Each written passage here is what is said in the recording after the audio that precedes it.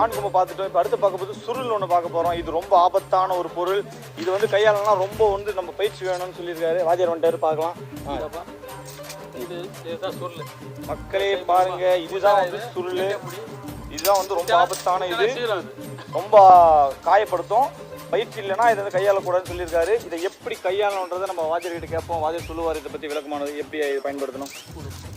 இப்போ இதுதான் சுருள். இது விட்டேன்னா அடி கை கால் உனக்கு தான் உடம்பு கிளியும். எப்படி ரொம்ப பலமான அடிப்படை நல்லா தேய்ச்சியா தைலெல்லாம் உண்டுக்குது. நம்ம சிஷியர்ல 2 பேர் தான் சுத்துவானுங்க. நான் 60-70 பேர் சொல்லி கொடுத்துறேன். 2 பேர் தான் தெரியுது வேலை. மற்ற யாரும் தொட முடியாது. ஆனா முறையா பயிற்சி எடுத்தோம்னா அதை செய்ய முடியும். முறையான பயிற்சி எடுக்க முடியாது. முறையான பயிற்சி எடுக்க முடியாது. பணத்தடியா தரவா சுத்தினாலையும் கால் சுறுசுறுப்பா போகணும், கையை சுறுசுறுப்பா ஆகணும். அந்த வேகத்தை ஈடு கொடுத்தாதான் எடுக்க முடியும். வேகத்தை ஈடு கொடுத்தா